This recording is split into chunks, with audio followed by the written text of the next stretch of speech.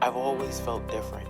I've always seen things, but when I tried to express them as a child, I was always told to ignore it. There were people that I didn't know that came to me and said, I have this message that I keep getting that I have to deliver to you. All of a sudden, out of the shadows, a homeless man just jumped right in front of me.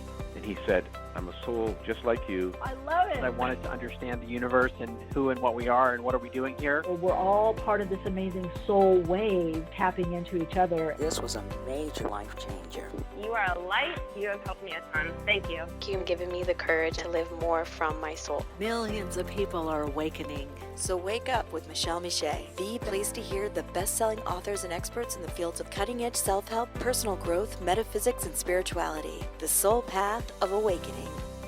Understand what living awake is. Welcome to Awakenings with Michele. Hello, everyone that's getting in the chat. Great to have you here, as always. Those of you that have been traveling with me on the soul path, and we are travelers, soul path travelers. If you're new, welcome. It's great to connect in. Come on in. You can call in as well and get settled in. Get settled in. So we have guests coming on in a little bit. And okay, I'm getting in. I'm in the mountains. It's rained, wind, storms are happening, and I'm here for it. I am down for it. Oh my gosh, you guys, I'm really looking forward to this next year and journeying with all of you so much more and getting to know all of you a bit more. I know some of you are, longtime listener, participants, community members. Some of you I know as we journey together through Patreon or Soul Insights and Tarot or Awakenings with Michele on YouTube. So clients and so various connecting, and however we're connecting, I really do appreciate each and every one of you and what you bring to this amazing earthly experience. So lots going on, gang. How are you guys preparing? Is everyone preparing for the new year, new cycle? If you haven't yet joined the Soul Path and Soul Awakening community on Patreon, I really suggest you can join in as a free tier. And you'll get monthly updates. I look at the numerology. I connect in with the oversouls, the spiritual hierarchy. I get an overview of what's going on, also with the numerology. And then if there's other tiers, if you want more connection, want more support, we do different programs. I have weekly prompts. One of the tiers we meet monthly.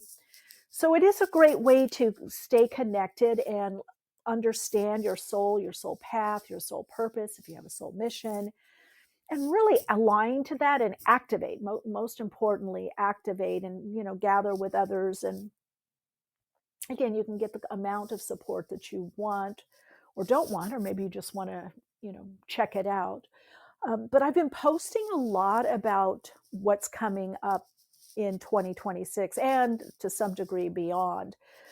But 2026 is a very pivotal year, and I'm going to dive more into this next week and obviously and through January and the rest of the year as kind of warranted, I suppose you might say that. But this year has been 2025 has been a lot about releasing and letting go and looking at betrayals, whether others, self, yourself, forgiveness, moving on, loss, deep sense of grieving, sadness individually for yourself, others. Been a lot of divorces and breakups, and you might be noticing that a part of your life is there's less energy. I guess that's how I would put it. You might be noticing, kind of how the water goes down a drain. You might notice that, this area of my life, something's lessening, something's waning, right? And you're right. And the key is, I teach intuition development and reinforcement and help people connect into their own intuition and learn to be more psychic or channel or remote view or become more telepath, all those amazing things that we have to some degree. Some people have naturally And some people are more gifted. It's just like, a musician or playing piano or an instrument or a writer. Some people have a natural gift. You still have to develop it, and you still have to hone it, and you still have to understand your patterning or your wounding, because that's what gets in the way of, accuracy. But a lot of people may have been feeling a certain pull, like something has to give, something has to give. And what I would share with you, and I've had to look at this in my own life and definitely with clients, which it's not always easy to do, because we right away, the ego part of us wants to say, I can't do this. I can't do that this way, or I can't change this, or I'm stuck in this. But the vehicle of change, and that means the solution, is always within our present circumstances. And the more we understand that as a spiritualist, as a esotericist, an alchemist, a metaphysician, that's the higher energy knowledge, because you're not here on this earth plane because something's wrong, or you did something wrong, or earth is a prison, all these weird I even heard something the other day on a podcast, and this is why I'm going to start doing more podcasts, you guys. There's so much misinformation, lower level information, that's really based on the old Judeo-Christian myth of martyrdom, and you did something wrong. Anyway, somebody was saying, oh, your limitation in the body, but to free up, it's extending out of the body. And that's such an old concept. And I understand it, because if you studied in, any of the more traditional religions, even Hinduism, if you study Buddhism and meditation, that's what they had, the idea that you're locked in the body. But here's the truth, gang. You're not locked in a body. The body is not the biggest part of you. The body is smaller than the nail on your pinky finger. You are rungs and rungs, concentric circles of an electromagnetic field, the interconnectedness of the all that is, that the non-local aspect of you, the body. And I know this is hard to take in, because when I first learned about it, I was like, what? But it makes so much sense. We come here, and I remember incarnating, and why I did it, to experience. This is the only place where we have polarity, duality, create, up, down, all these emotions.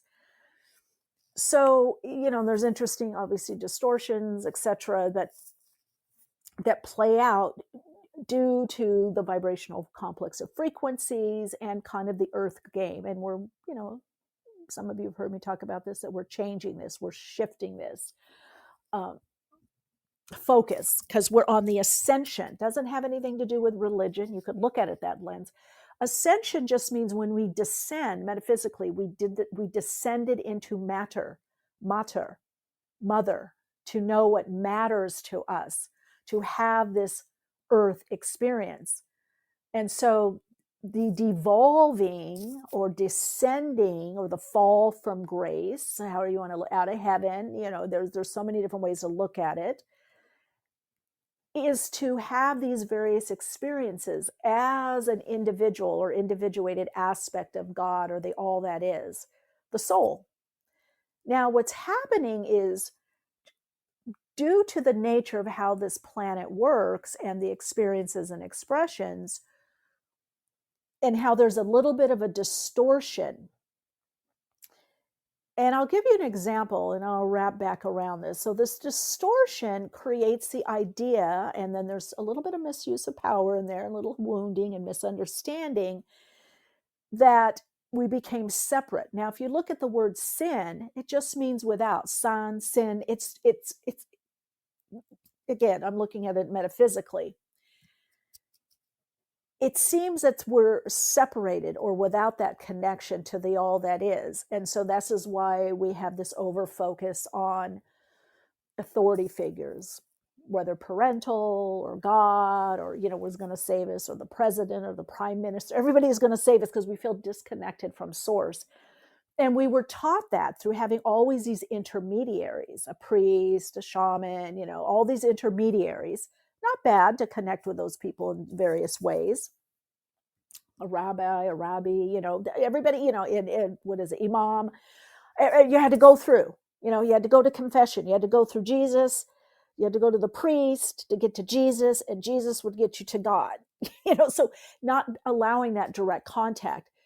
That's a lot of what's changing. It's original blessing instead of, as Matthew Fox says, amazing Dominican priest, theologist, created creation-centered spirituality and then creation spirituality. So as we ascend, we realize that we're not the avatar, we're not the ego, we're not the puppet. That's an aspect of us. We're an instrument, the instrument of the soul. And so this direct connection brings us into the soul alignment, the soul activation. It pulls us out of extremes of polarity and having to have always the other or the intermediary.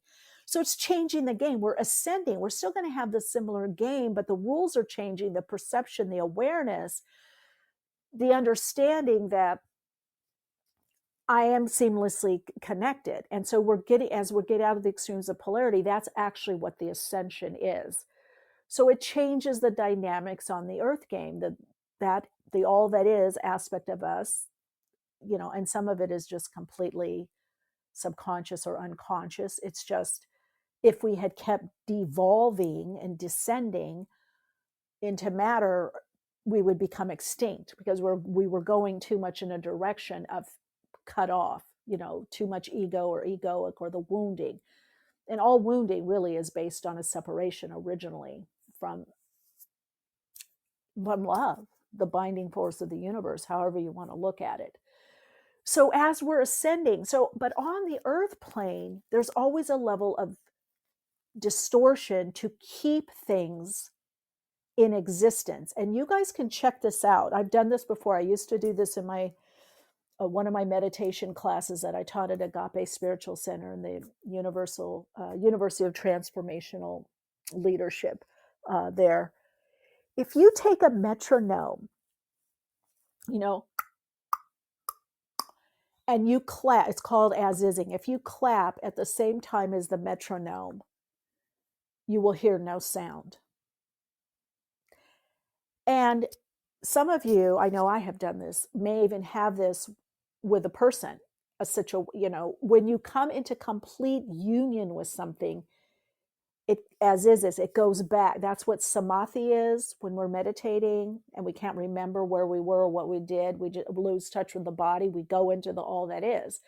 And the ultimate of that is samadhi, which is when we drop the body and we are subsumed out. But we can also do this when we have a great connection with someone or great conversation. And it's like you feel this complete oneness, and you might even, someone may say, well, what did you talk about? And you're like, oh my God, I don't know, I forgot. So in order to keep things in existence, there has to be something that is a little bit off or off balance. Otherwise it's subsumed. And you could call that, it's the similar polarity to that when something is no longer needed or necessary, it becomes extinct. Okay, so there's a full, complete beginning, middle, end. It's lived its purpose fully. You're going to start seeing a lot of that. It's already been happening in the letting go, but as this new energy comes in 2026, well, it's already here, actually, the energy, but it's more pronounced. It's a lot more tangible, visible. It's much more easily felt, and perhaps it's starting to be understood. You're going to see that a lot is gone, even within yourself. You may not even be able to remember parts of your life, or you don't have the same charge or the same motivation or the same realization. You know, it's like I'm traveling and a friend of mine was like, oh my God, what are we going to eat tonight or for Christmas? And I had no taste. And believe me, I love holidays, you know, all of the food, the gathering, and there's certain foods that I start craving that are like, that I grew up with, you know, and I kind of updated the way that I make them. And I'm like, I don't know, but some of that comes like from being so present in the moment that I'm just like this complete open channel. Like let's see what unfolds. So that may be happening for some of you. You may be going, I'm not as attached. It's just because something else is coming in. Doesn't mean in a week or two or next year or whenever you may have the cravings again, but you're going to have a different relationship. So it's really important to understand this new relationship to yourself, not only to the world and earth, the cosmos of the universe, but life itself, that infinite creative intelligence of the all that is. We are that. We are the magnetic fields. We are the woof and wharf. We're not that really dense or solid of beings. Hello, everyone in the chat. Come on in, join in. You have questions, call in. We have our guests who are going to be coming on in a bit. So it's something to kind of look at, to see and feel out what's changing and how can I focus or support that. That's really what we're meant to do and play out, is to be receptive to our own impulse of God consciousness, the all that is. I call God the all that is, the all that is. I'm not seeing it as like a Santa Claus in the sky or a man out there granting my wish, although sometimes I wish she would or does. But it's more than that. And we're finding out that there is more than what we understand. One of the things I'm excited when Grace and Nelson come on, some of you may know, we've had on before, Grace O. Marquez and Nelson Marquez will be on. Grace O. Marquez, sound frequency healer, transmitter, and Nelson Marquez, transformational musician, composer, and music producer, will be on. Some of you know that he composed from the note of C and key of G, a meditation. It's its own portal. It's a meditation portal based on what came through from 3I-Atlas. And so we are going to be diving into that a bit. But before we do, I wanted to touch on something earlier this morning, and then Grace can talk about it more, but she had sent me, texted something about 3I-Atlas just collapsed, a region of space. Every telescope goes dark. And that 3I-Atlas wasn't showing up, wasn't able to be detected, but was still there and seemed to either disengage or dismantle an aspect of itself. And then within the region of space, collapse the part of the magnetic field. One of the things I just want to touch on before we connect further is I'm just so amazed. And some of these are spiritual teachers too. I don't know. I got some like little snarky comments on my Soul Insights and Tarot called a grifter and, oh, this 3I-Atlas, you're like caught in this, or like a fraud. I don't know. I don't even remember the kind of the name. And I thought, wow, people have got to get, I can get it from regular mainstream people, but people that are supposedly spiritually connected or more aware, such limitation. We don't understand consciousness. And I think it's because of a lot of our entrainment and conditioning that everything is alive. Everything has consciousness. Even inanimate objects have consciousness.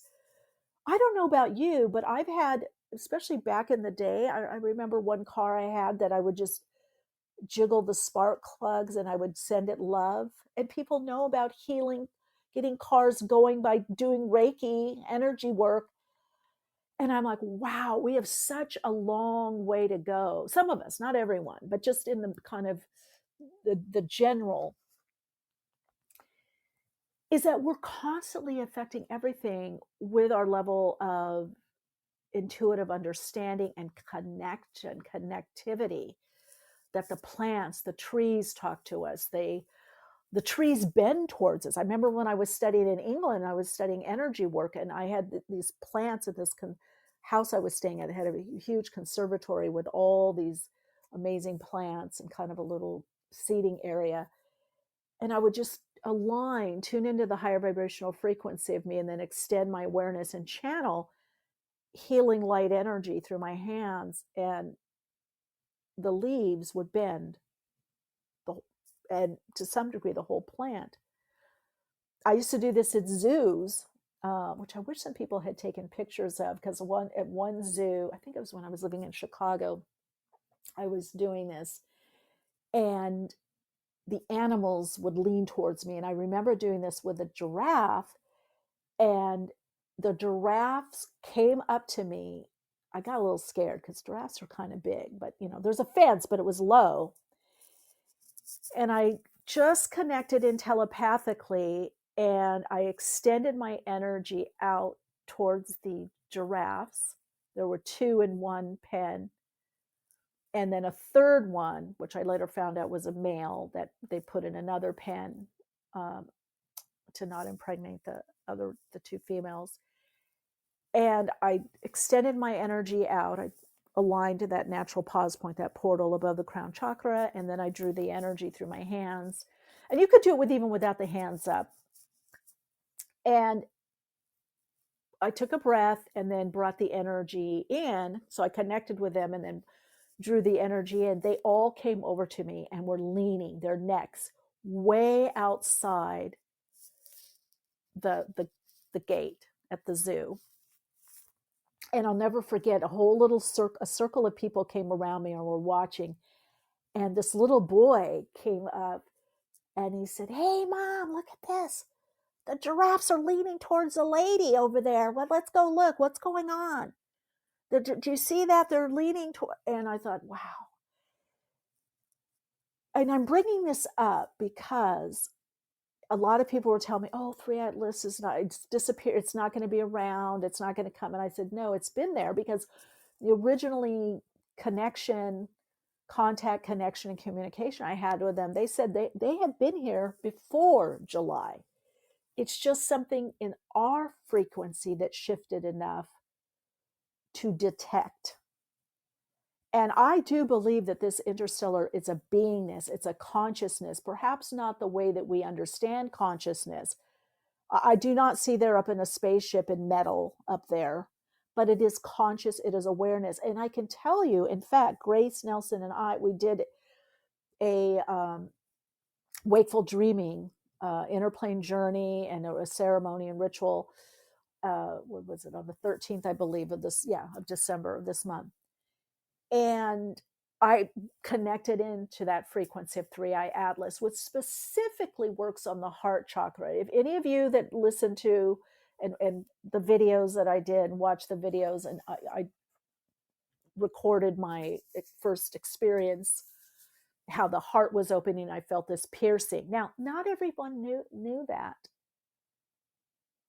at our wakeful journey, and Grace and Nelson did the sound work and transmission and connecting. About 5 people told me they had this piercing in the heart and then this opening. One even said it felt kind of painful. They got a little scared, but they've done work with me. They said, this is what they said. So I knew that it was going to go away. They knew about somatic healing because they'd done it before with me. That is exactly what 3I-Atlas does. And to have that opening for whatever it is that you need. I share this with all of you because it's showing where we're going with this next level of understanding who we are beyond the conditioning or condition response patterning or the entrainment or the training out of this empowerment, this power that we have and that we are. And so there's going to be a lot starting next year. I would say, gosh, the next 3 to 10 years, 3 to 7 years, there's going to be a lot of jaw-dropping phenomenon, a lot of something's gone and you just have like a shield is off, like the plexiglass comes off, right? Something's cracked open that you just feel a no, and that you won't be able to discern, well, why did that happen, or how did that happen, or why do I have this understanding? Whether you want to call some of it will be termed spontaneous awakening. What is really going on? or why do I no longer have that belief or that idea or that illness? Or why do I have this awareness or this gift? It's because truly we are going back more to, the native sun, SONSUN, solar, the sun, the soul, going back to that. There's something in our energetic matrix, our cellular and DNA and etheric DNA, these codes that has said, this other game is just, it's no longer there, and so it's like the great forgetting. Now with this, it's going to bring a lot of responsibility and accountability, but it is going to change a huge narrative, almost like waking up and going, well, why am I working this way or at this job? Why am I breaking my back or neck or whatever people say? Why am I doing this? Why is this happening? And it's because the narrative is changing. The game has already changed. It's already changed. You're just responding to what is happening energetically, etherically, on a cellular level, on a, through the fiber of the energetic memory, the DNA memory. It's changing. Something is being released. I am going to talk more, probably next week I'll start doing it. But this year, the guides had told me the focus was resilience. Teach people how to be resilient, to not let their soul shape be so dented in, to retain the integrity of how they are, not who you are, you're a spiritual being with a soul, but how that manifests. 2026 is about optimization. And you already see it with nutraceuticals, peptide. I'm on these peptides. I'm feeling pretty good by them, by the way. You're just going to see herbs, supplements, music, sound, tone, frequency, color. It's like everything more coming alive, not that it's not things that are inert, but there's an aliveness because everything is vibration and frequency, and everything through that vibrational frequency is encoded with a certain messaging that releases a certain type of energy, of units of energy and consciousness. And more people are going to be understanding that and living like that and optimizing. And that's what we're definitely on this community, this podcast about, the optimization. Yes, there's going to be ups and downs because the trials, the healing, and yes, that's a part of it, but that is not the original reason for being here on this earth plane. It's the creative expression, soul expression, whatever and however, that tends to mean for you. So we're opening up to an amazing time right now where not only individually as us, but as a collective, the electromagnetic fields of consciousness of a particular vibrational frequency that amalgamates to create certain types of forms, including beliefs, ideas, and narratives, and mental constructs. We will be deconstructing mental constructs this year. There's going to be a lot that doesn't fit.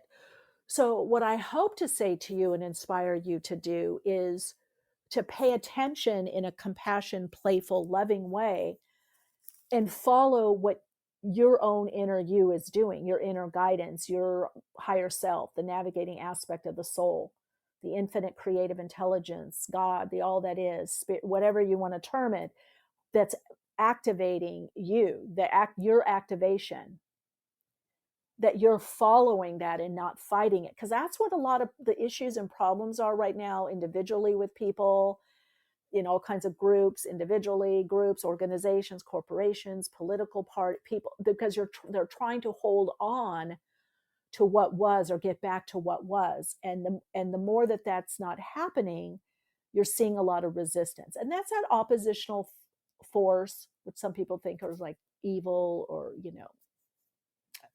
hexes and things like that. I mean, you could look at it that lens, wounding.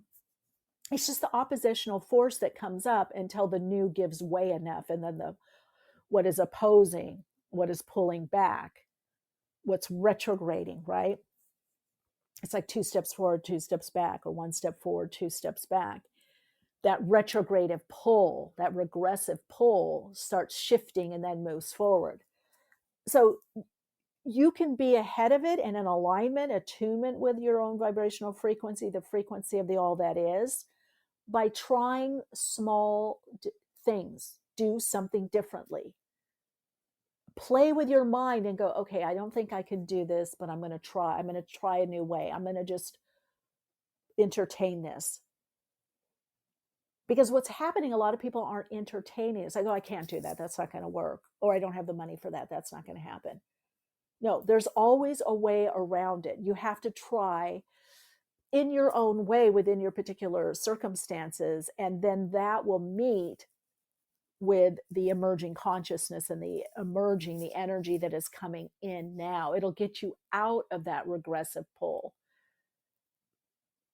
You know, it's all about alignment. Even our miracles, it's how aligned are we? It's all about an alignment and a receptivity. Even in your darkest hour of I can't, it's not going to happen if you just put a little, well, maybe it will, or I'm just going to be open that somehow it will.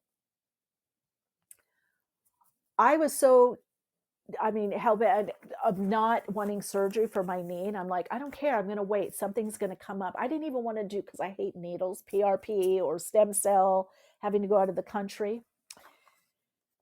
And then peptides with a very small needle that I don't mind doing came in. I'm like, you know, you manifest what you want to draw in, but you have to, it's that belief that opens the window.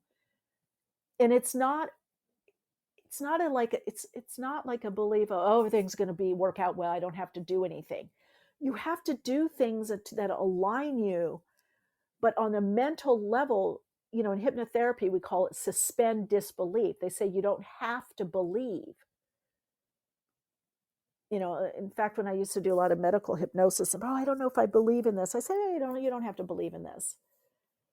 Just suspend your disbelief. I'm not asking you to believe. I'm just asking you to take that disbelief and put it to the side. That leaves a metaphorical, a vibrational opening. That leaves an energetic opening, a vibration of openness to come in. That's how the universe works. It works on very small steps or focuses or energies, or it's not the big, like all big change comes from small incremental change. So when you have just a shift in consciousness through your mental construct of your beliefs, of you don't have to exhaust the doubt, the fear, I don't think I can do it. It's not going to happen. Everybody depends on me, or whatever it is, or I don't have the money for this. You just have to keep a little, no, I don't have it now, but I could see it. I could see it coming in. The other thing that I'm going to say before we get to our guests, is it 12:30 yet? Yeah, we're getting, is that I'm seeing this a lot, and I would say don't wait. I just had someone I'm working with that has some issues, health stuff going on, and they know, and they knew it's something they're not seeing, and their doctor said, oh, this is stress. A lot is going to come up because, again, we're getting out of that victim martyr.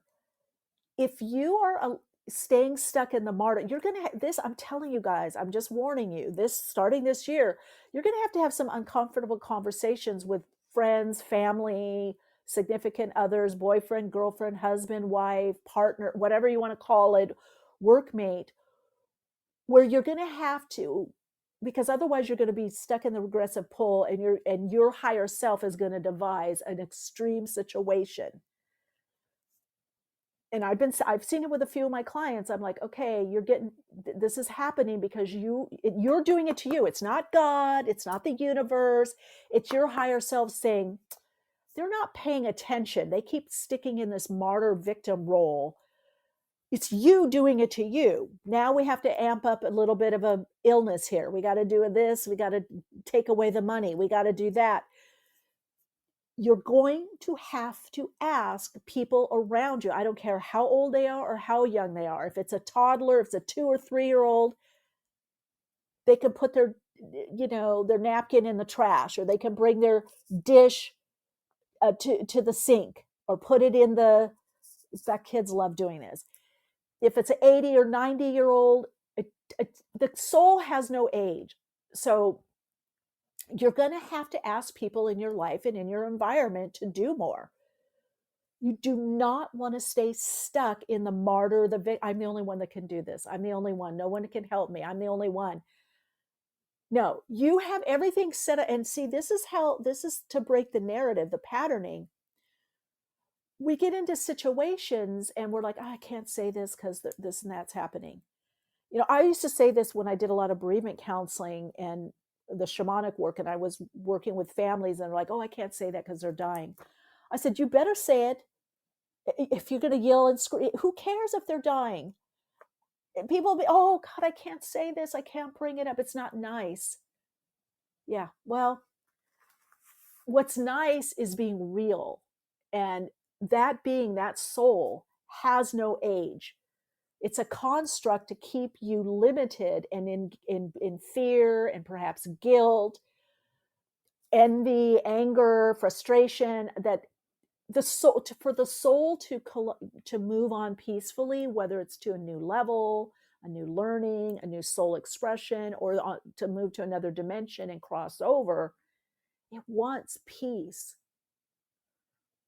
And so for you to be truthful, hey, I can't do this anymore. This is too much. This is weighing me down. I need your help. Or you just don't do it. You set boundaries and you don't do certain things, and people will step up.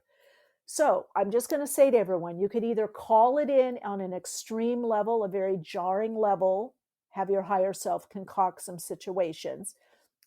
As this year is about optimizing your life, your health, your wellness, your soul expression, soul experience.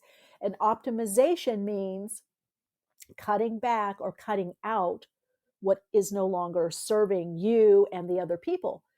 Because when we stay in enabling, when we stay in that codependency frequency, fear, victimhood, which is what it is, we don't allow other people to grow as well. So you might have to look at, why am I not allowing other people to grow?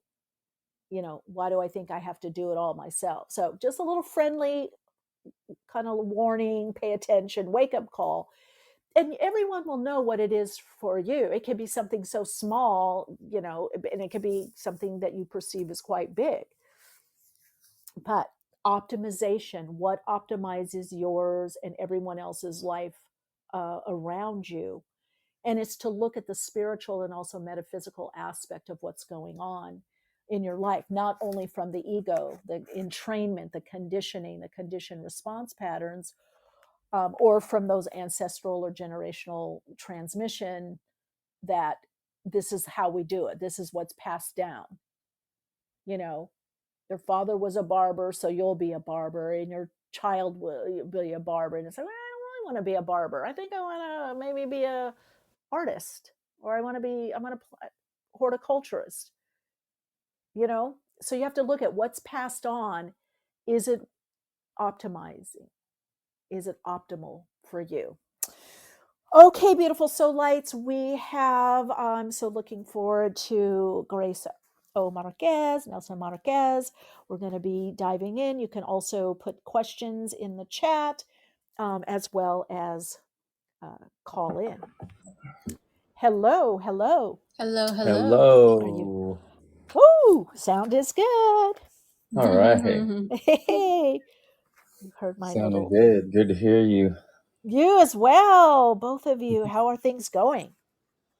It is certainly going. Enjoying the rain, the quiet of the holiday vibes.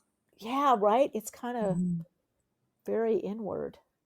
I'm enjoying that as well. Yeah, we're just coming out of that new moon winter solstice portal, so still feeling it.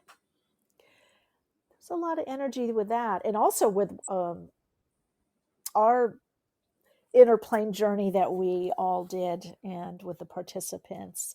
That I'm still getting rave reviews and feedback on shifting. Some people said they were still had like major shifts, like 2 to 3 days after. Mm. And then a couple people, it's been a couple weeks, right? Because I think somebody said like even a week later. Mm-hmm. Yeah. So you too. Well, let's give a little background on both of you before we dive in, because I also want to talk about, of course, why music heals, get your tone, vibration, frequency, find out before we even get into, or while we get into 3I-Atlas, that meditation that Nelson composed and featuring you, Grace, which is such a powerful access, which I'm so glad the both of you did, because I had so many people asking, how can we tap in, or how can we connect in more to this frequency? So Cool. yeah, but love to share a bit about how you individually and collective, how you came to where you're at now and what you're doing with music and sound as well. Do you want to go?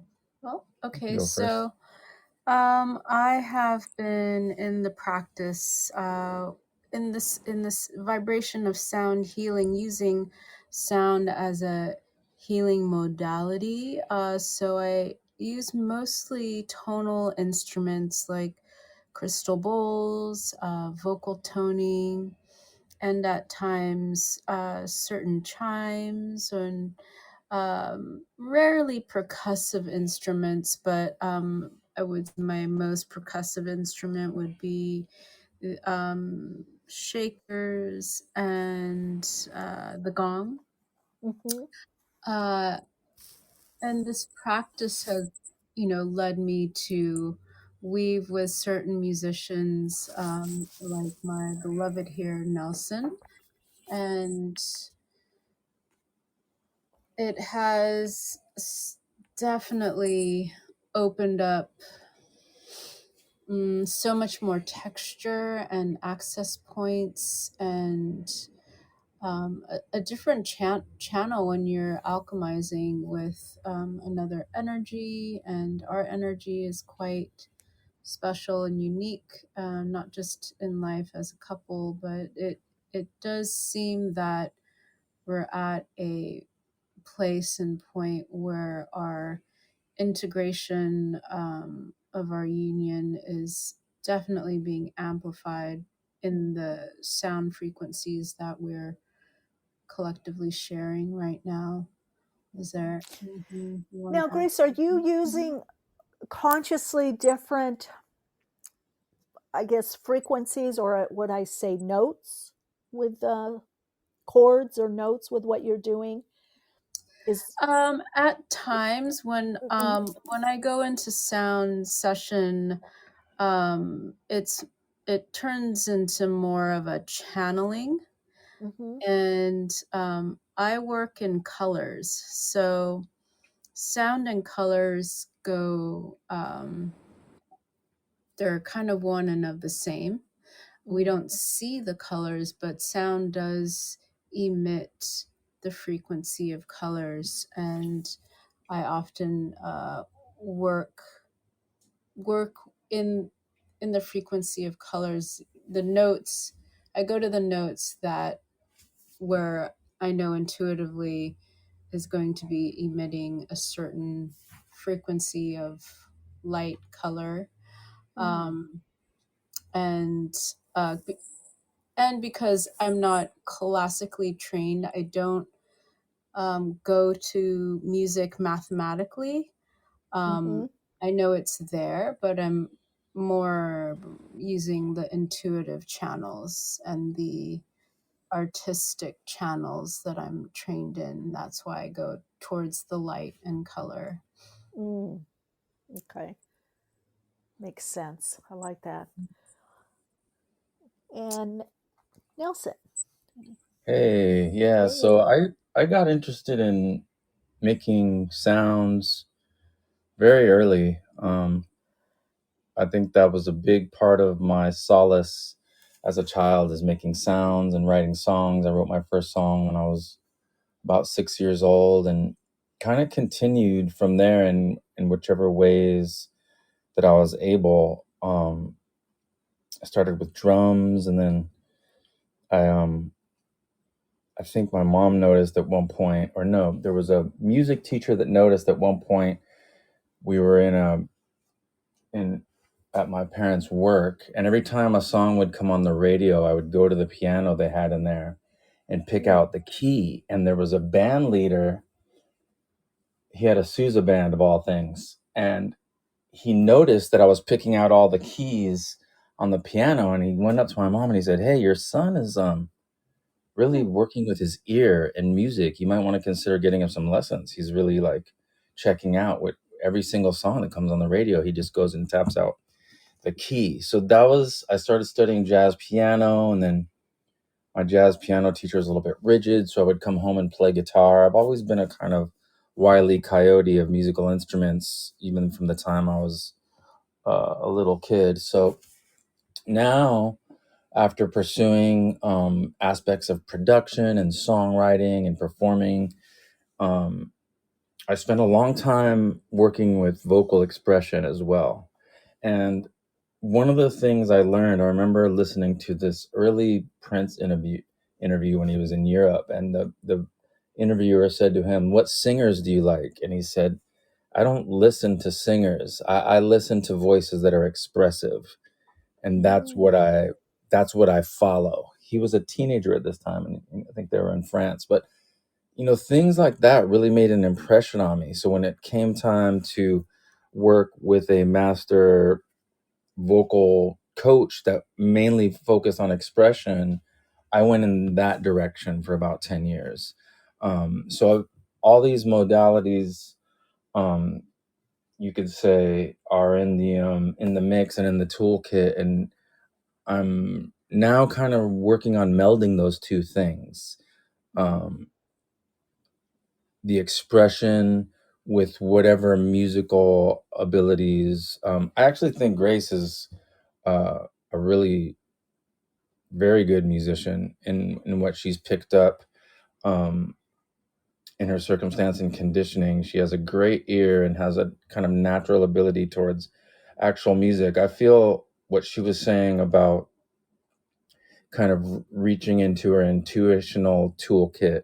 I'm very much in that place where I feel at this point, music is a building block that I include in my storytelling. And that's really what I'm working on in terms of songwriting, expression, and including music with that. I've focused mostly on that, along with, I do like talking to the machines. I must say, I have a love for gear as well. So that's the production part.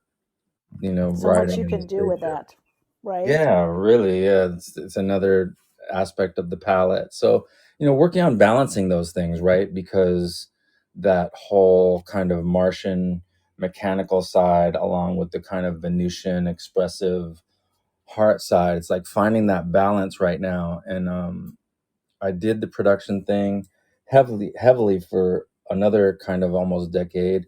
And then now I feel like, okay, well, I did that, and I feel like I'm pretty expressive within that. It's time to lean back into my heart and and use my voice again in ways that can um, activate my own soul frequency, but more importantly, share with others and possibly help to activate them. You never know, right? When you say something or you let out a frequency and it touches somebody, like you were saying in the session we did the other day, you were touching people's hearts, and that's so powerful. So that's kind of where I'm at now. Yeah, it is powerful. Now, when you say voice, is that literal or figurative or both? I would say all of the above. I worked with a specific voice teacher for the better part of a decade, working on just how to express the voice through speech, really, because that's kind of the way my path went, and it really changed my life. Learning how to be in alignment with your body, and speaking from below what most people, they reference the diaphragm a lot. This never kind of mentioned that. It was always like, speak from your knees, include the soles of your feet, really be able, can you feel your toes right now? Stuff like that, where it's like, you have body awareness, and can you include that in how you're speaking? So it's like all these modalities that I've learned, I'm really actually reaching another point of feeling energized and excited about including the things I've learned over the course of kind of being that student, and That could be a incorporating great all these class, things. by the way. Hmm. That could be a great class or course, workshop or Yeah, course. Yeah. absolutely. Yeah, I'm open to that as well. I'm kind of reaching a point where I'm very open in terms of how I can express going forward and how I can share going forward. I did an album last year, and it was it was my friend came to the soft opening that we had, and it's a great guitar player, friend of mine that I've known for many, many years. And after the show we did, you were there, and he walked up to me and he Good. just said, "You birthed, huh?" So it's like he recognized that, and as a musician that I really respect in the community, just him saying that was like, phew, yeah. And so that was that time, and now I'm looking forward. And if you kind of run with that metaphor, when you bring something like that into existence, which in this case is like a sonic life or a sonic work, um, that has a whole path and trajectory of its own, meaning you create and it's kind of this elation, and then there's a kind of postpartum part of it too, where you go like, and Definitely.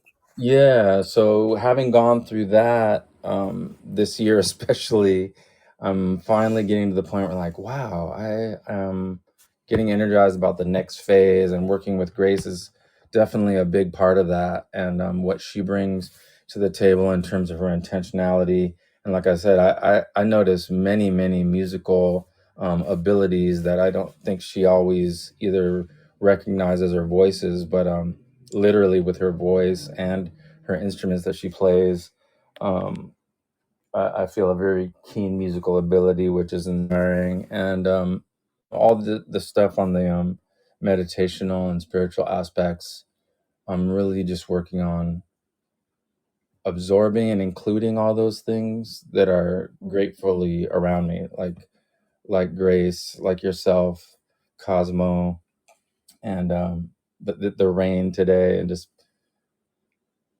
wanting to share those things, and however they come together in an amalgamation. Yeah. I think too, stepping more into the idea that the body and the mind too, the interconnectedness of those, the intersection of those, Yes. right? Ideologies, narratives, paths, consciousness, that the instrument of the soul, the vessel, the vehicle, the instrument, and how do we connect into that more fully? I love what you were saying, like talking or breathing up from the bottoms of the feet, or the whole. Mm-hmm. And as you were saying that, I was getting this image and feeling of every cell has the message, the memory, and the more we can access the full of us, the more that memory, that wisdom, the insight comes through, the more the truth, the more integrity and wholeness comes through. So yeah, bringing the whole body in as the whole instrument. It's Yeah, yeah, I absolutely. always say, because a lot of the earlier, and I touched upon it a little bit when I was doing my little talk rant. I was getting on a little rant because I got I like that. You're into it. You're inspired by, when people leave me snarky conversations, or there's comments rather, I bring it in the conversation. It only fuels me more. But it's Yes. kind of, yeah, right. It just but connecting Because more essentially and they're giving you energy, however oh they're yeah, color, they're giving you oh all that yeah, energy. So you have the ability to not judge it as one way or the other. So it energizes you clearly. That's, I mean, that's the way to look at it. yeah. It also just shows me where the unevolvement is, where the less consciousness is, where the wounding is, and that gets me motivated to like, oh, we got to shift that. We got to bring the awareness in. Bring. Um, I really dislike misinformation that disempowers or Mm, puts these weird narratives in, hmm and like Earth is a prison, you got here, you can't get out, you're thrown here because you didn't evolve, it's your karma to learn this. And it's like, it's very interesting, and I challenge any quote unquote spiritual teacher or whatever to do this. When you trace back those kinds of ideas, it goes back to traditional religion. It's a twist on it, always, always. mm, There's a controlling mechanism there hmm that puts you at effect. Like this one podcast I was listening to, and the guy, here's one, and God rest her soul, she's on the other side. I can't, Sylvia Brown. And she was on some TV show, and clients of mine were asking me, Michele, is this true? Anyway, she went into this whole story about before you come on Earth, you're in a classroom. And people, they're mainstream people, they don't know, they're raising their hand in the audience, a classroom, like class. And she goes this whole rant, this whole story. Yes, like in the class, you've got a desk, you're writing down what you're going to do when you get to Earth. And my clients ask me, I go, well, let me just ask you, unless, okay, maybe from another planet you can do that. I go, but would you die? I go, do you have a body? No, you don't have a body. I go, then who's sitting in the desk? How are you sitting in the desk without the body? It's just common sense. And they're like, oh my God, Michele, you're right. I go, just always bring common sense in. I go, no, you're not. It's because what's weird is our incarnation is such a mathematical, sacred vibrational frequency of life itself, having this configuration like a music note. We can interpret it a lot of different ways, but on some level, our incarnating on this earth plane is beyond our human understanding. Absolutely. Right? It's like when you start living from that plate, we are this, like the leaf coming out of the branch. We are that. Why did it happen that way? Why, this configuration of energy caused this amalgamation that created this vibrational or complex of vibrational frequencies that goes into a certain wavelength or waveform. That form turns into some kind of potpourri of beliefs, ideas, and images that then manifest, is spit out and manifested as some blob of it all, whether a person, a tree, or something. So right? I was thinking of that exact thing with the video that Grace sent over to you, Michio Kaku, and what he about was the 3I-Atlas, yes, about the with collapsing part of the region and the magnetic field around Earth collapsing. like technology that made kind of NASA and the entire scientific community here on Earth kind of fundamentally look at things completely differently, meaning that all they thought about this object was completely wrong. And it kind of makes you go, here's a guy who I've listened to several times before and didn't relate too much, but all of a sudden he's broadcasting from his quarters, sounding like an excited little kid. Like, we don't know anything that we thought was real is actually factual, or about this object, and it opens up for me a portal of kind of going like, wow, this is not only, because I think as intuitive beings, we feel this a lot, that there's so much that we don't understand. But sometimes when a person who's dedicated their life to the so-called facts and kind of metrics of this world, when they're saying, the truth is I have no idea, it's Yeah. exciting and energizing to me, because that means that we get to rest in that. We get to rest in the idea that there's no way we're figuring this thing out, and that kind of opens up this freedom to think and feel and be more childlike again, and kind of just express from our humanness and really lean into the things that we know we have available to us. Like you were saying, our creativity, our movement, our writing, and our making sounds, and just experimenting with those things, and laughter, creating joy. When you came up with those notes about the key of G, and I was kind of going over and doing some light studying, G is all Well, I about. received them. I didn't. I didn't come up with them because I have no clue other than C, because I did one time this voice imprint with vibrationally sound, Shira Hunt, when it was like the C note was missing or something, or that would bring me into alignment. That's all I know. And I think, 3I-Atlas in the transmission, the contact connection transmission, told me that the way to connect in the vibrational frequency that they're coming emitting musically was the key of G, note of C.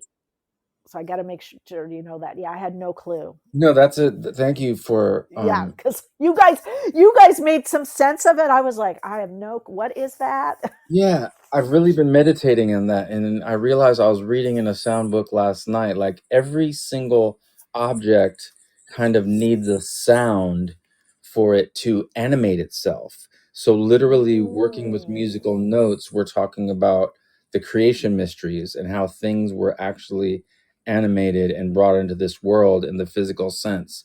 Every physical object, like you were saying earlier in the in your transmission, has a frequency or an energy or a life, and in that frequency relates to a musical note. So in you recording and getting that transmission from 3I-Atlas, the key of G being the voice and of joy, and the colors of kind of blue and green mixed together, that turquoise color in the voice, and then the note C in that is kind of more bringing in the rutical family energies, and that red kind of void mystery. But then when you take it an octave up, we talked about this, then you get into the mixture of the voice turquoise color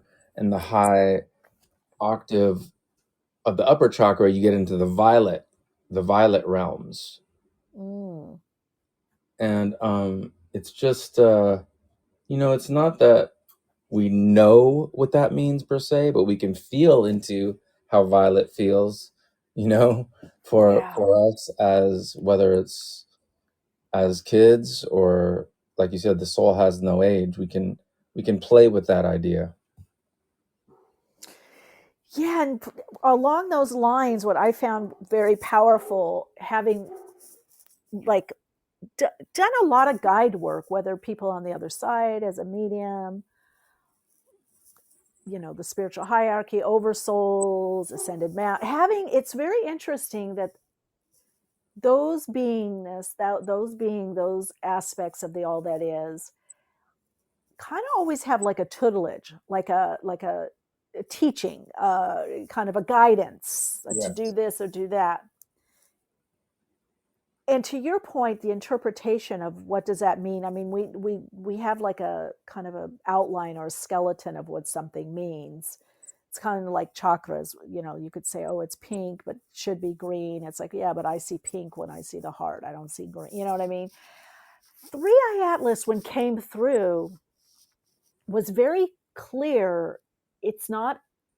It's whatever that transmission, that frequency, that contact, connection, communication is, whatever that music is, the opening, especially from the higher octave of the heart, that frequency, that octave, will do on you whatever it's meant to do.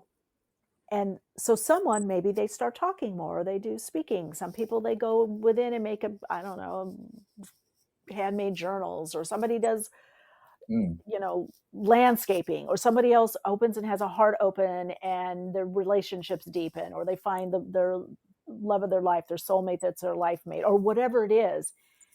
It acts upon whatever the encasing from conditioning or socialization, that the conditioned response and the energetics of it.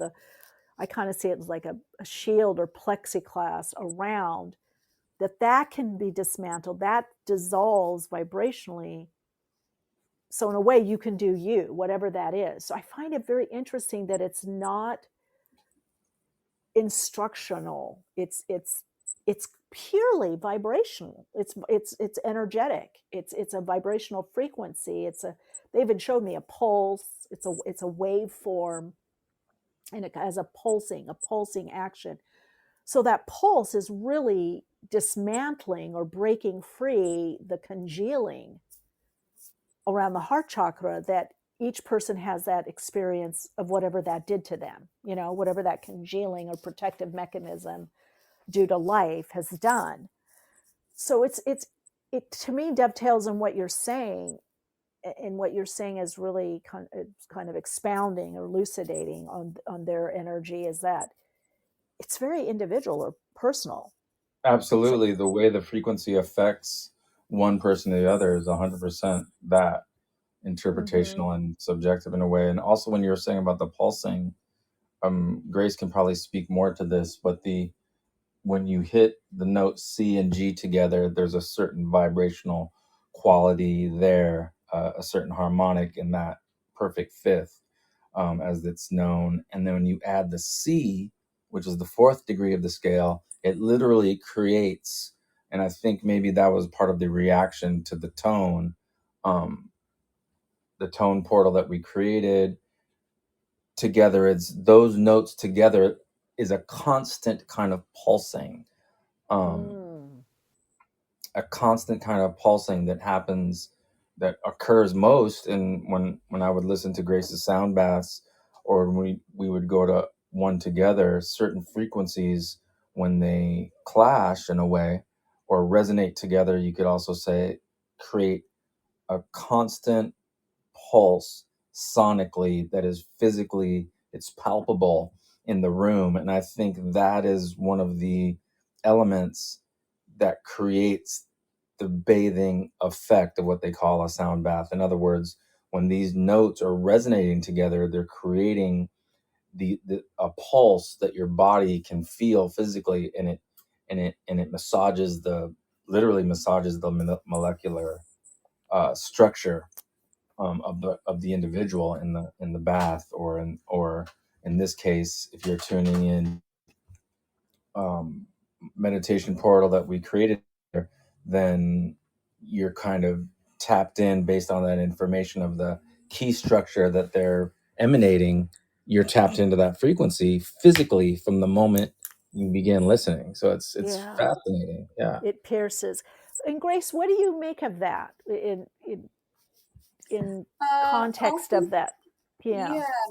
So often when notes are hovering quite close together in certain frequencies, and they start to create this kind of pulsing, as you're saying, it can often be construed as binaural rhythms, binaural beats. Yeah, that's the word I was looking for. And in the creation of binaural rhythms and beats, it instigates the nervous system to open up, to slow down, and therefore your brain systems, the hardwired part of our brains where we're always having to figure something out, that's in a, high beta state, may start to slow down to an alpha state. And that state being alpha is slowing down, deeper breathing, feeling more meditative. And if you were to go into deep trance state that you're very familiar of, you're kind of going into the theta and the delta states. And the delta states, the theta and the delta states kind of hover in the spaces where we're in deep REM. But when we go back and forth from the alpha to the theta in a meditative state, there's a certain element of processing, not just, logistical human things, but our biological centers that open up the realms of our pineal glands that allow us to go, into a interdimensional portal and journey within ourselves. It's an infinite source of possibilities when we're working in these frequencies. And I'm just giving names to things in the process of what can happen within a meditative state. And when you're working with sound in a meditative way, in a healing way. And you can also not have any of the words and just be in the essence of feeling and experiencing, and being completely in the right brain intuitive experience. And that's one thing I think that's so great about working energetically or through transmission or intentionality through the voice, or the transmission through the voice, or energetically or through color, is that it does get through that overly left part of the brain that can block because it says, oh, that does not compute, that doesn't fit into the context. And that's what I'm seeing. It's so interesting that to both of what you both are talking about, and what's coming up, a lot starting we're almost here this year, next year, 2026, is that things won't fit in the context.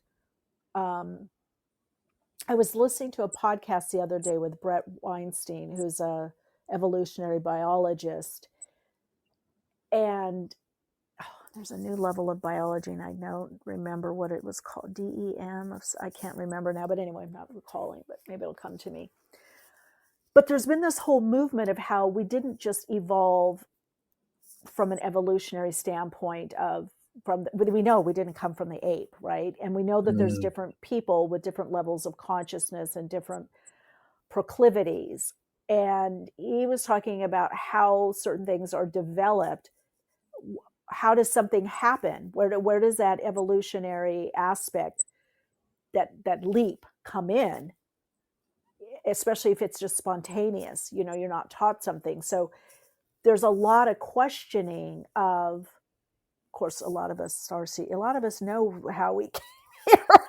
We know, and we've had memories, and even before there was books on it or internet, we have the understanding, the memory. But I find it interesting that certain levels of academia are starting to look at this, and it was really good.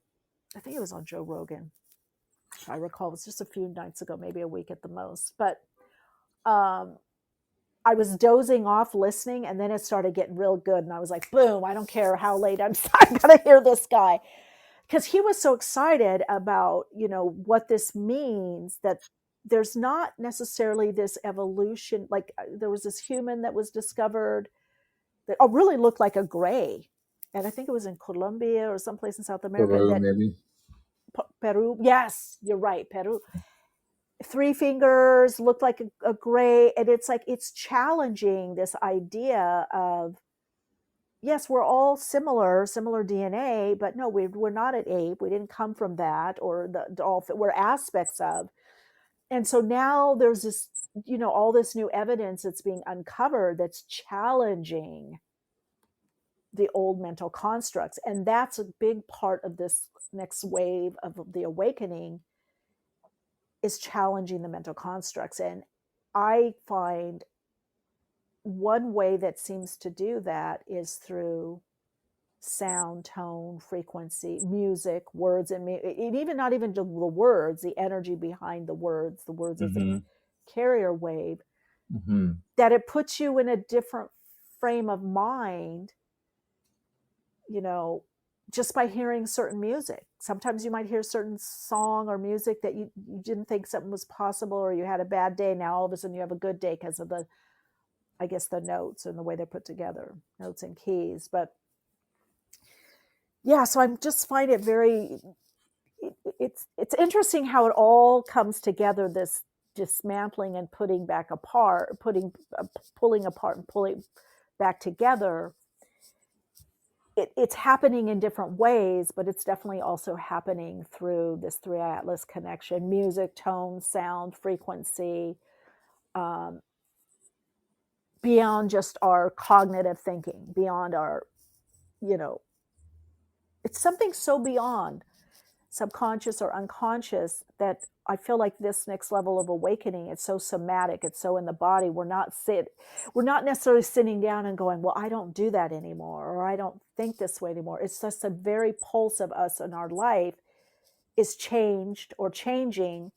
And so we have a new drive or desire or pulse that we didn't consciously, you see what I'm saying? Consciously deconstruct. 100%. 100%. I feel like the literal, it's so obvious that we don't understand part of what this fully what this presence, this consciousness means, or what it's capable of, in a kind of, I don't think technological is the word, but if this thing is masking itself, so it opened up a 1 kilometer portal within itself of all these fractalized geometric shapes, the scientist was saying this morning. And that to me just goes, well, great. Take it from here, guys, because I'm going to stop trying to figure it out. Yeah. I'm going to do kind of what you just said, which is like getting into my body and seeing how I can move as a way of centering myself and connecting with those specific vibrations that feel good and make me want to kind of evolve myself as a human and connect with other humans, and geolocations that feel that joy, that we're generating joy. That's what I'm excited about it today, at least. And it's kind of like lets me release my need to figure it out. Yeah. Where I spent a lot of time trying to figure it out. Yeah, I know eventually to teach something, you got to relay it, but I think we're going more into direct experience, which Grace and I talk about quite a bit. Now, Grace, I'll put this to both of you.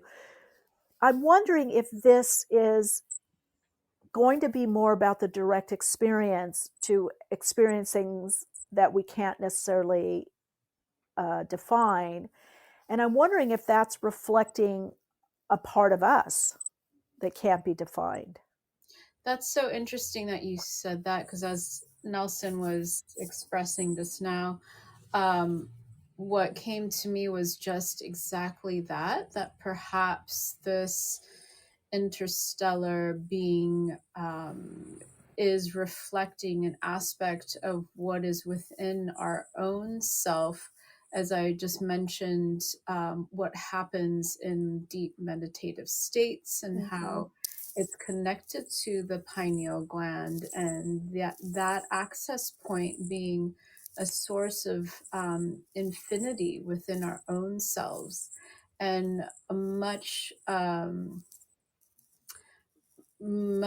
to what we're saying about the universality of all things, we within ourselves is that. And the, fractalized quantum portals within ourselves, we at times can see and access those things. If you want to go into the kaleidoscope realm within to see those things, I'm just getting a hit that we are that. We are what is all of the cosmic sphere, outside, within, and below us. And I'm not saying anything that hasn't been said. I'm saying this out loud as we're speaking together to remind ourselves and the community at large that we have those access points within ourselves. We have that infinite source within. And I'm hearing we've got to use that. We've got to, like that portal above the crown chakra, we've got to start using these access points and understanding them, playing with them. It doesn't have to be heady. And that is through the subtle energy, or auric field, etheric field, the resonant fields, electromagnetic fields of consciousness, morphogenic fields, whatever you want to call them. But it's time to play in those realms, and I feel like by the phenomenon, I feel we're going to get a lot of us are already doing that, but I feel like we're going to get pushed more and more into that non-locality. Right. And I mean, the way that things are going with what things being more automated, we're going to have to extend in those realms. Otherwise we're going to be sitting twiddling our thumbs. I mean, we're going to have that different game is bringing in more of the quantum, and perhaps even beyond that, what's like what Grace, you're saying, what's not definable, what's unnameable. And whatever we bring back, it's like a great journey, shamanic journey, or meditation. I know when I get into those states, there's certain things I can't say. I have experienced it. I've embodied something. Maybe I've shifted, I've opened, whatever I want to call it. But I can't give you a play-to-play what happened, in that oneness that I went to, and that all that is. As I come more back into the denser frequency of form, I can start explaining some stuff, but people were like, "Oh, Michele, you were gone an hour. What were you doing?" Or a half hour you were out there. I'm like, I don't know. That's the best answer, right? I don't know what was happening. I don't know is a very valid answer. And it's, oftentimes when you're going into those shamanic portals and states, what you learn there is not for all of us to know. It's, the pieces and the parts that you do end up pulling through into this realm to share.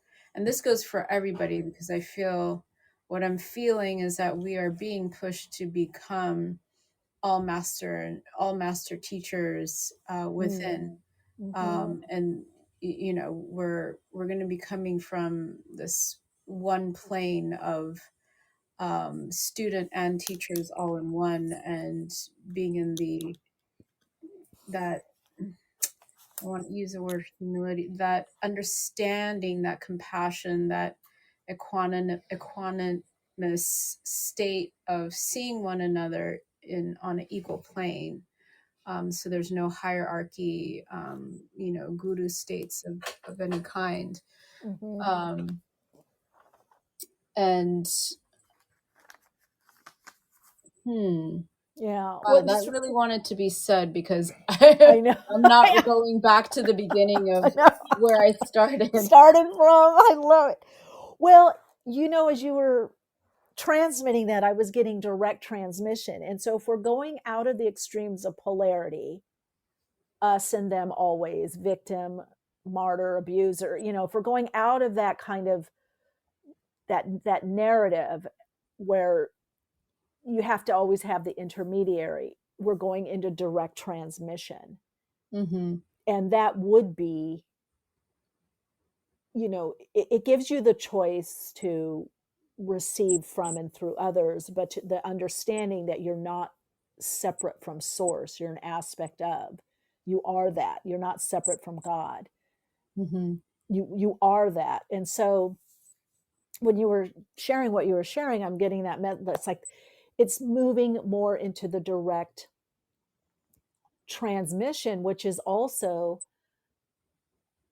it's the receiving point, but it's also the causal point, that I don't always have to be effect. That on some level, the impulse I'm receiving, like the inspiration, I'm cause as to what I do with that inspiration. What's my inspired action? And I'm here for it, because this is really going to move us as a collective with that mainstream consciousness, or the relating pattern that's been on Earth, a conditioned response patterning. It's going to move us out of the effect point, which is the victimization. Mhm. When more are moving into the causal, or directly receiving the transmission, the ping, the pulse, or whatever it is, however people are interpreting it, what's happening at the quantum level or cosmic level, however we want to look at it, it's that whole idea of direct transmission. Because one of the things that got a lot of people on Earth, and it's not, I always tell people, I think I was talking about this I don't know if it was on this podcast on the pod live, or I was on another podcast. Oh, it was on another podcast. I was being interviewed, and I was like, look, yes, are there conspiracies, misuse of power, the cabal? Yes. Okay. But also, in all fairness, some of this stuff that's done governmentally, organizationally, on religious organizations, cities, states, it's like, I was telling the people, I was like, okay, you try managing 100,000 people or 2 billion. I go, you're putting laws in place. I go, 8 not billion. Yeah. right. Not everything is always misuse of power, or, they're trying to do this to us or do that. It's like, well, how do we put an organization in a city, a state, Right. a I often country, right? totally. A lot of times I try to, when I'm talking about it with people, I try to put myself in the shoes of someone who was born into the family of society builders, let's say, and Yeah. say, like, let's look at it like, if you're on your job, and then and you have to, like you said, govern a billion people, would you want, like, you're the pit boss or whatever, you're the manager Yeah. watching these people, would you want a billion awake, shiny, happy people, or would you want like 90% kind of sleepy, just go along with what you say people, and then like 10% maybe like kind of awake, and like people you can actually have, sit at the table with in the lunchroom, and chat in the watering hole. It's just like, it's like, it's a job. Some people are born into this thing, as part of their responsibility Yeah. in life. So it really helps to kind of put yourself in, and try, at least try, because to put yourself in those shoes, and just think about when you have responsibilities in front of you, how much of you wants to kind of go out and take a walk on the beach, and how much of you wants to dig into that paperwork for the entire 8 hours. It's just Yeah. uh, taking a big slice of human nature, and us serving that up in the in the equation. Yeah, and it's a lot to manage. And my understanding, as the years go on, is we're going to have more of these, kind of neighborhood communities, some communal living, but some and then city and state, and it is going to be more manageable on a local level, to get more of that individuality in. That's what we're in, kind of starting to go, and it's got its growing pains. But yeah, to manage, yeah, maybe you put certain laws together that we can look and go aren't great, but I do feel on some level, when there's all this growth, some people, like you said, founding fathers, founding families, yes, do take a little, yes, take a little extra. That's human nature. And but for the most part, I do think some have done the best they can. But we're in saying that, let's say, and not necessarily but and we are going into a new level of more optimization, more accountability, this direct transmission. So it's not that the way of governing that we had in the past is not necessarily going to work. It's going to have to be much more interactive. Right, right. I Right? was just thinking, and You're often thinking, think that the sort of like most ethical and kind of light side of AI could be that a few good people, let's say, if they were able to program governmental programs that could help run it and kind of take that element of human nature that would have the tendency to take 1, 2, 3, 4, or 8 shares for themselves and one for society. Maybe some of that element could be moved out. And I think the last word you were saying is to optimize it and to actually automate it in a sense to our benefit, so that we would be given more freedom to having to trust that human nature element less and have more freedom to individuate and express, knowing that that system is in place. Like in my own, I have been thinking for the last 5 or more years in my own creative circles, if we could automate a contract, because in years gone by, they used to have, and let's just say in music or in films, they would have a producer, they would have an arranger, they would have a songwriter, an artist, they would have an artist and repertoire to kind of mold that artist and bring forth the best qualities in which to share with the globe, let's say. And now we don't have that. Everybody's making records or films and cutting them in their bedrooms, literally. I'm sure TV shows we see every day are being, cut together in a condo in Inglewood or something. It's like to bring back those big studio pictures or a big studio album, let's say, with all that sort of genius collectively, to bring those big records back. If we had a contract in place that would allocate, let's say, everybody's compensation fairly, it could kind of bring back a type of golden age of interconnection and collaboration with humans again. You know what I mean? And that would be through an automated process that might have to do with AI. I don't know, but this is something that's been coming up for me repeatedly. Or we have to do it individually and recreate it on a smaller level, because you're seeing things getting smaller or more, divvied up. That's definitely a way to do it as well. Yeah, that you kind of create it yourself or with a group of people and you decide on the terms, because you can see things are going much more individualized on some level, Yes. and even the larger conglomerates that are coming together. I think it was like who's going with Sony, or I know like Netflix. Did Netflix go with Disney? I'm not sure who it is. Or Netflix just bought Warner Brothers. Warner Brothers, that's right. Yeah. So.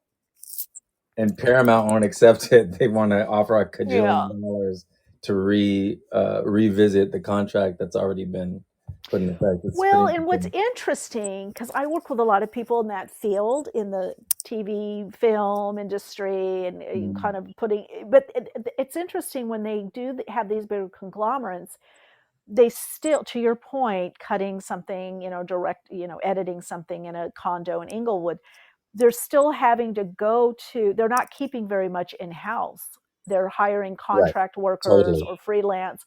So they're still having to go to the independent contractor or production company and liaison. I mean, I was watching something the other day on Netflix, and I'm like, wow, they had I can't remember, let's say Golden Mare, Fox 21st Century or something, I don't know, 20 Fox, whatever it is. They had 2 recognizable big name studios. And I'm not kidding. It was 7 or 8. I don't even know what they were, smaller studios in conjunction with blah, blah, blah, blah, blah blah Right. blah blah out of Canada, blah blah blah blah blah blah blah out of British, blah blah blah blah blah blah out of UK, out of Right. and then all these different, and I was like, oh my god, all these different entities that are co-joining with this larger company. So I don't know. It's kind of interesting. It's like everything from this pulse and ping of life itself, 3I-Atlas through the and beyond. I just think 3I-Atlas is just one conduit, but just from all that is Yes. breaking something up, is breaking the energetics that holds these systems in place. Mm-hmm. Absolutely. Yeah, it's all being stirred. The cosmic cocktail's been shaken up. Yeah. Pour Yeah. something fresh. And even within ourselves, so it's like redefining there's even like selling stuff on, well, obviously TikTok a lot, and Instagram, this whole idea of instead of social media, social marketing, it's a social marketplace, is giving like Amazon. And that's what's interesting. These big companies are not yet thinking outside the box. They're like, okay, let's get with another big company. But that's not helping their bottom line, because you're seeing all these smaller companies, niche markets, or individuals are encroaching, because some people are going, hey, I'll buy this from Sue down the road, or John I like on Insta or TikTok. I kind of like how they are. Let me click here. Why do I need to go to big Amazon that's selling this over there when I just, I want to support John down the road, or Nancy, or whatever, or I their really think community. that's the future. I mean, like a whole an entire different model of the internet where it's more person to person, kind of like we're doing right now in this conversation. You're kind of outside the conventional models, and just in your show Awakenings, and I think if that were to be moved where we can kind of remove the middleman, why do we need a company to have a Yeah. conversation and and share with ourselves, and henceforth your demographic, let's say, we could just kind of build our following person to person, meaning just Mhm. their device to yours without a major corporation in the middle, kind of being the referee of what's Yeah. able to be sold, said, and otherwise. Yeah. I think that would be really exciting to go back to kind of how the internet was in the beginning, when you would just get into a chat room and kind of have a laugh, or have a meaningful bond that didn't have a giant corporation in the middle. I think that's an exciting probability moving forward. I tend to agree with you, and I do think it's exciting, because the more corporate you get, there's these interesting rules and the shaping of some kind of narrative, or some kind of script or construct, which is normal, because it has to, shape to something. But I think that kind of limitation is something that's going by the wayside, I think, too. I don't know what your thoughts are, Grace, on that. Well, it does feel as though we're all at some sort of breaking point, and everyone's going to be reaching their breaking point of realizations, going back to the I am, the embodiment of the self, that they will awaken to the fact that their resource and their choice of where they put their resource is also power. So when we individually and collectively awaken to the fact where we place our resources, be it entertainment, conversational, food, mechanical, transportation, all of the above, and how we live our lifestyles, it's going to incrementally to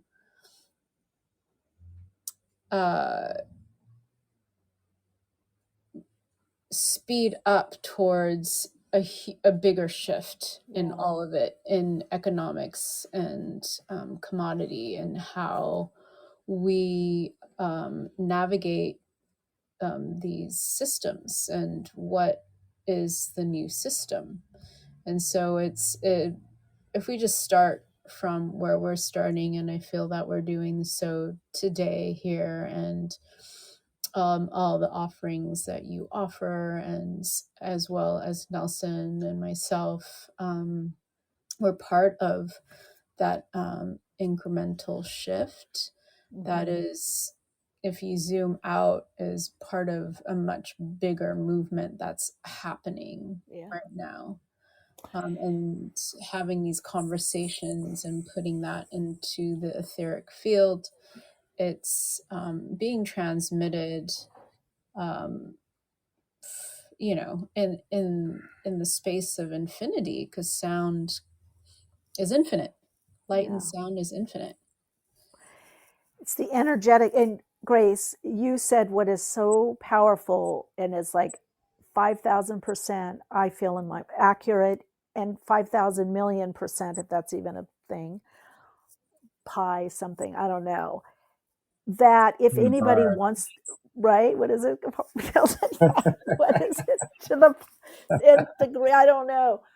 But this is another thing I had said on a podcast, and I kind of got, actually someone said, I think Michelle's like government, like agent or something. I mean, it was bizarre.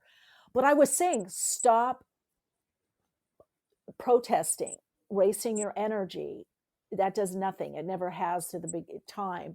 Where we put our energy, our time, our energy, and energy in the form of money. I mean, you can just see it in fashion, anything on this planet. That we have so much power as to where we put our time, our energy, and our money, and those that we perceive as holding all the cards or controlling us or this or that. When groups of us, hundreds of thousands of millions of us, all of a sudden in the graphs of them doing their graphing and demographics and all of that, doing the actuary, analysis, when they see, oh, people aren't wanting this, they're not doing this anymore, oh, they're not buying here, they're not spending time here, they're not, then the changes. So I think we have to really understand how powerful and empowering can be our energy, and where, that's why I think it's so powerful to see what is being broken up by this pulse. Because if you're already getting that ping, I know I am, I can see it in my life. If you're already getting that ping, whether you want to say through God, your higher self, consciousness, is 3I-Atlas is one conduit of it. Just the whole universe is pinging with this.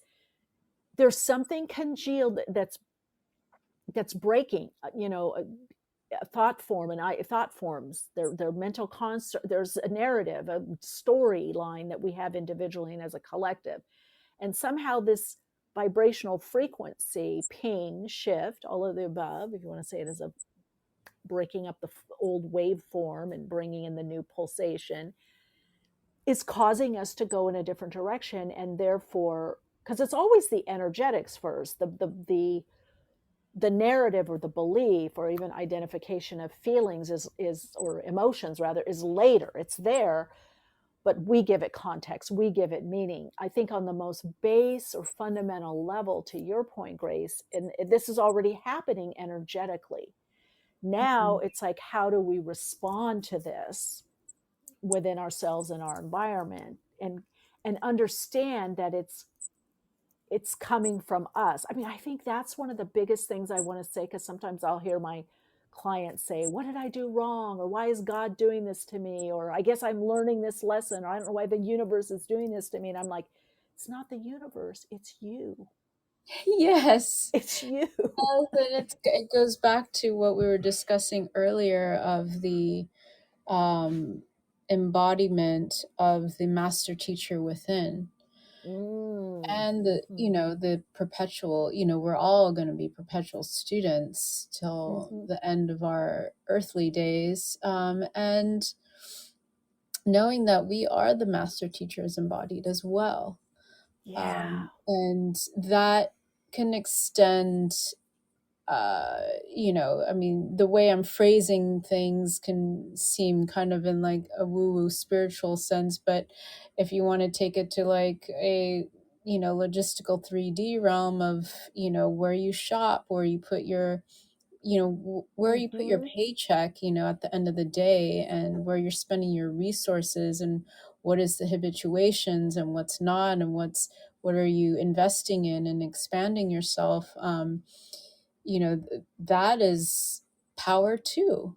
Mm-hmm. That is taking back your power when you're choosing to reinforce and support local businesses within your own community, and building a new system in this way, um, where it's drawing out of the bigger scaled systems and incrementally choosing something different. It doesn't have to be all at once, but just being aware of what you're choosing. Definitely. And it feeds in to the energetics. I think that's what people have to remember. It's not like all of a sudden it's aggregating. It's happening, aggregating, amalgamating. It's coming together anyway. It reminded me of when you were talking about like organic food. It's not like all of a sudden people started marching and going, we want more organic food. We want better fruits and vegetables. Now you see organic food, now there's different levels to it, but still you see them, that little organic sign in all stores has a little section of that because they saw the trend. And so the response to not lose business, have one little section, maybe more, juices. That's another one. You could, I think I can't think of Minute Maid or something. I mean, you would, back in the day, you'd go to the juice section, or it would be a Dwala, or I don't know, there's a couple other juices that are just kind of like concentrate, but they were like, and then slow but sure, there's more juices. You go certain places that's quote unquote not a health food store or market, and they have their version, some of it's made by, I don't know, reconstituted or whatever, but still it's going in that direction. Or they'll say, oh yeah, we do have a little bit of, organic juice or fresh squeeze, even if it's not organic. And so I feel like if I do this a lot, I will pause and I look for the signs, the confirmations in all areas of life. And then I kind of, right, I tell my little self, see, Michele, look, it is happening. You see, this is the proof. So it's going to happen metaphysically, spirit. It's going to happen with these other concepts also, because that's just how it happens. That's right. Well, what once was considered woo-woo is now in every single convenience store. Cold pressed juice, or you have 5 yoga studios in a 4-block radius. Like all those things that maybe 30, 40 years ago were considered cutting edge, just out there kind of behavior, is now common behavior in almost any household. Yoga, cold pressed juice, a salad with microgreens, all those things. To your point, Grace, what you were saying about the embodied master being, and then kind of switching the channel to something that doesn't seem as woo woo. Well, what once seemed woo woo is now commonplace.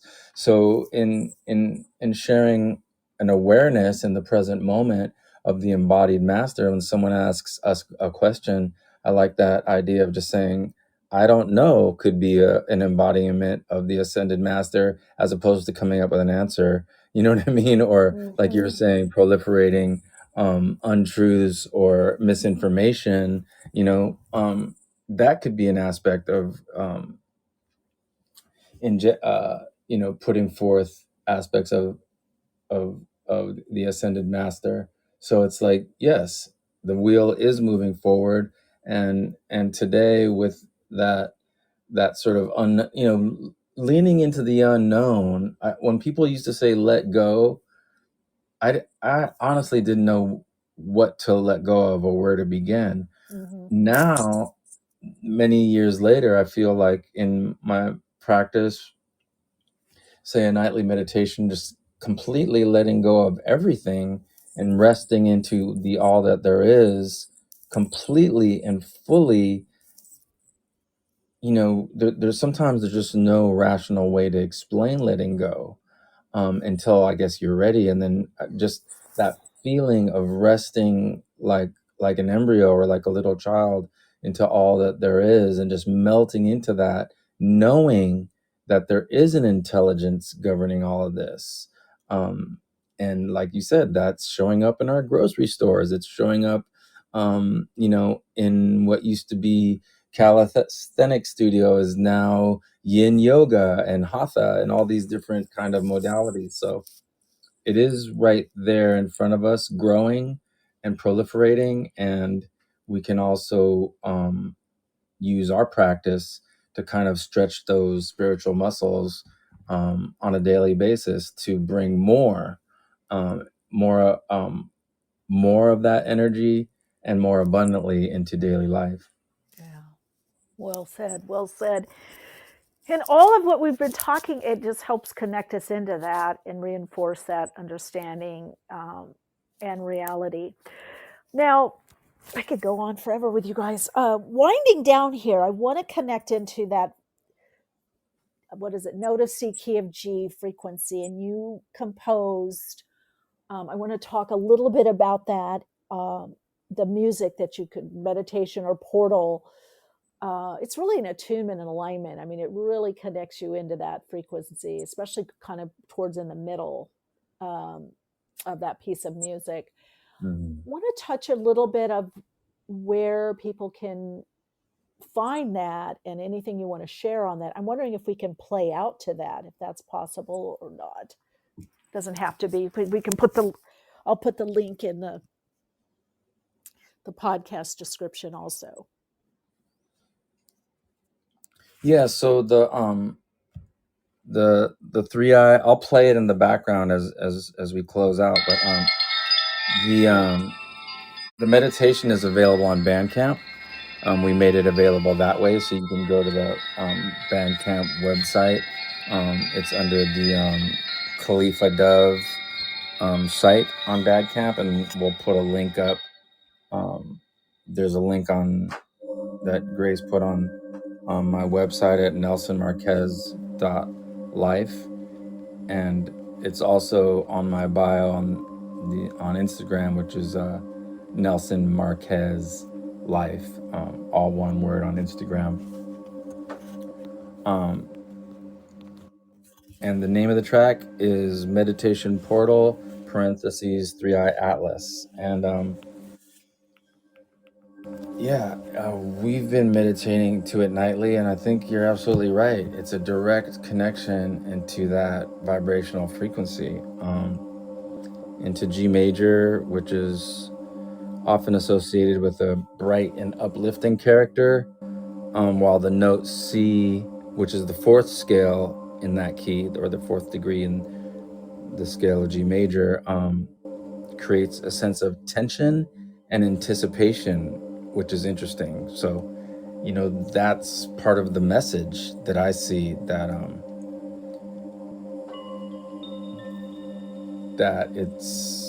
that 3I-Atlas is transmitting, and that you were able to share that transmission with us. And Wow. I put the track together based on that conversation we had, just so we had kind of, it's kind of like building a portal, however, kind of in a very kind of elemental way. It's almost, it feels like kind of like putting three sticks together or something, you know what I mean? Where 1 + 1 = 3 type of thing. It's just a few notes, but it opens up so much that we can lean into and be a part of together as a collective and a community.